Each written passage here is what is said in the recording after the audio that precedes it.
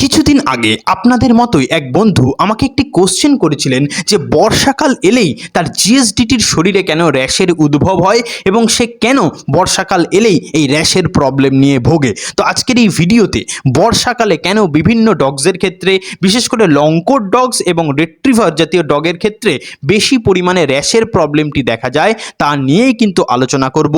আশা করি ওনার একটা কোশ্চেনের অ্যান্সার দিতে গিয়ে আপনাদেরও কিন্তু প্রচুর সমস্যার সমাধান হয়ে যাবে। তাই প্লিজ শেষ অবধি কিন্তু ভিডিওটিকে দেখবেন, আশা করি আপনাদের খুব হেল্প হবে।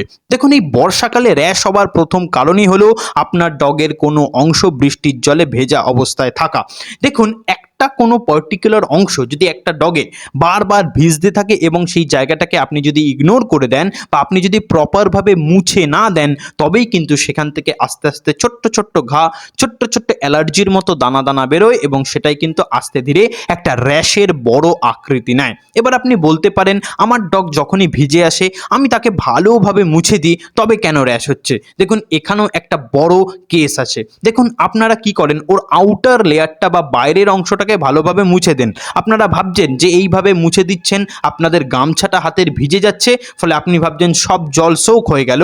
বাট সত্যি কথা বলতে লোমকূপের গোড়ার যে জলগুলো আছে সেগুলো কিন্তু অত সহজে শুকায় না বা ওই অংশগুলি কিন্তু অত সহজে পরিষ্কার হয় না। এর ফলেই কিন্তু সেখানে জল জমে জমে জমে জমে ঘায়ের তৈরি হয় বা ঘা সৃষ্টি হয় এবং সেই ঘা আপনার ডগ দাঁত দিয়ে কামড়ালে বা চুলকালে সেখান থেকে অনেক ক্ষেত্রে রক্ত পড়ে বা সেখান থেকে বেরোনো কষ সারা শরীরে ছড়িয়ে পড়ে এবং আপনার ডগের কিন্তু ফুল স্কিন কোটের প্রবলেম হয়। তাই আপনারা কিন্তু ভালোভাবে লোমকূপের গোড়ার অংশগুলো কিন্তু পরিষ্কার করবেন এবং পারলে একটা ড্রায়ার কিনে নেবেন, যার মাধ্যমে কিন্তু আপনি আপনার ডগের পুরো লোমটাকে সুন্দরভাবে শুকিয়ে দিতে পারেন এবং এর ফলে কিন্তু আপনার ডগের skin coat related 60% problem solve হয়ে যাবে এবং বর্ষাকালের অনেক প্রবলেম থেকে কিন্তু ও মুক্তি পাবে, বিশেষ করে ওর স্কিন রিলেটেড যত প্রবলেম আছে।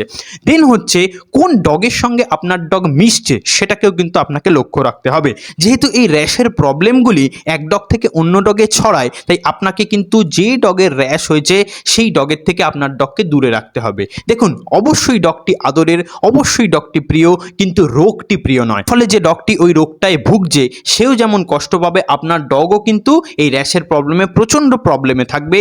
তাই দয়া করে যেসব ডগের র্যাশ আছে বা যেসব স্ট্রিট ডগের সঙ্গে আপনার ডগ হয়তো মেশে, তাদের যদি র্যাশ হয়ে থাকে সেখান থেকে কিন্তু আপনি আপনার ডগকে পারলে বিশেষ করে এই বর্ষাকালের টাইমটাই দূরে করে দিন, কারণ এই সময় কিন্তু প্রচণ্ড পরিমাণে স্কিনের প্রবলেম হয় আর র্যাশ কিন্তু ছড়িয়ে আসতেই পারে।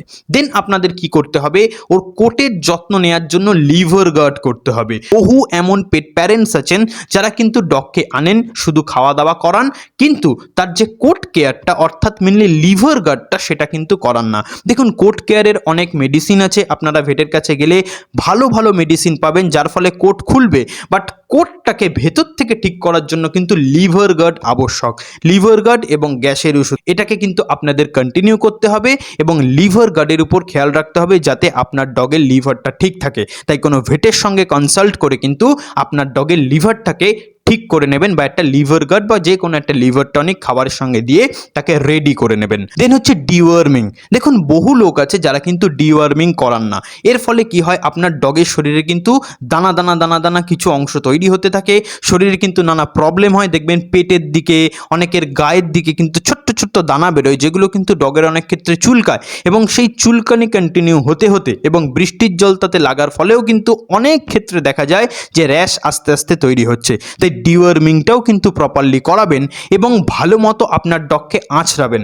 দেখুন, সপ্তাহে একদিন চান করালেই এনাফ, কিন্তু আপনার ডগকে প্রতিদিনে দুবার অন্তত ভালোভাবে আঁচড়াতে হবে, কারণ ওরা নানা জায়গায় শোয়, নানা রকমের জায়গায় খেলে, ফলে কিন্তু সারা গায়ে ধুলো বালি ভর্তি অবস্থায় থাকে এবং প্রচুর লোমও কিন্তু ওদের গা থেকে ওঠে। তো সেই পড়ে যাওয়া লোমগুলো, আলগা হওয়া লোমগুলো এবং ধুলো বালিগুলোকে কিন্তু আপনাকে সরিয়ে দিতে হবে, নাহলে কিন্তু র্যাশ হওয়া বাধ্যতামূলক। তো এই ধরনের কিছু ছোট ছোট প্রিকশন যদি আপনারা নেন, তবে কিন্তু এই যে র্যাশ হচ্ছে তার থেকে কিন্তু আপনি আপনার ডগকে বাঁচিয়ে ফেলতে পারেন। এবার আপনারা বলতে পারেন, আমার ডগের র্যাশ অলরেডি হয়ে গেছে, তখন আমি কি করব? তো সেক্ষেত্রে একটা কথাই বলি, আপনি প্রপার একটা ভেটের কাছে যান, গিয়ে তার সাথে কনসাল্ট করুন। সে নিশ্চয়ই কোনো লোশন দিতে পারে, কোনো অয়েনমেন্ট দিতে পারে, কোনো অ্যান্টিবায়োটিক দিতে পারে।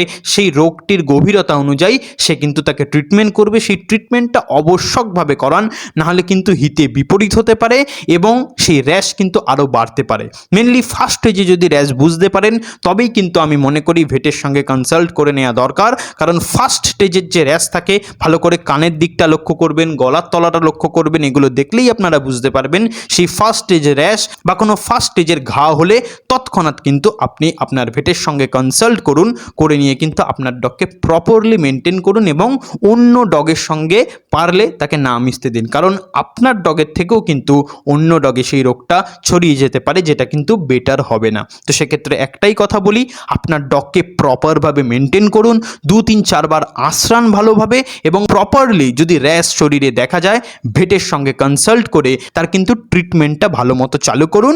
আর যদি র্যাশ এখনও হয়নি, বর্ষাকালে র্যাশ হবে কিনা তা নিয়ে চিন্তায় আছেন, লোমটাকে তার শুকনো রাখুন এবং প্রপারভাবে লিভার গার্ড করুন, কৃমির ওষুধটা ঠিকঠাকভাবে করে দিন।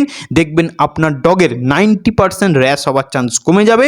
এবং আরও একটা জিনিস মাথায় রাখতে হবে, কোনো র্যাশ হওয়া ডগের সঙ্গে কিন্তু আপনার ডগকে মিশতে দেওয়া যাবে না। তবেই কিন্তু আপনার ডগ প্রপারলি সুস্থ সবল থাকবে, তার স্কিন কোটও ভালো থাকবে এবং র্যাশ জাতীয় কোনো সমস্যা কিন্তু তার হবে না, এটাই কিন্তু আশা করি। সুস্থ থাকুন, আপনাদের ডগকেও ভালো রাখুন এবং আনন্দ করতে থাকুন। ধন্যবাদ।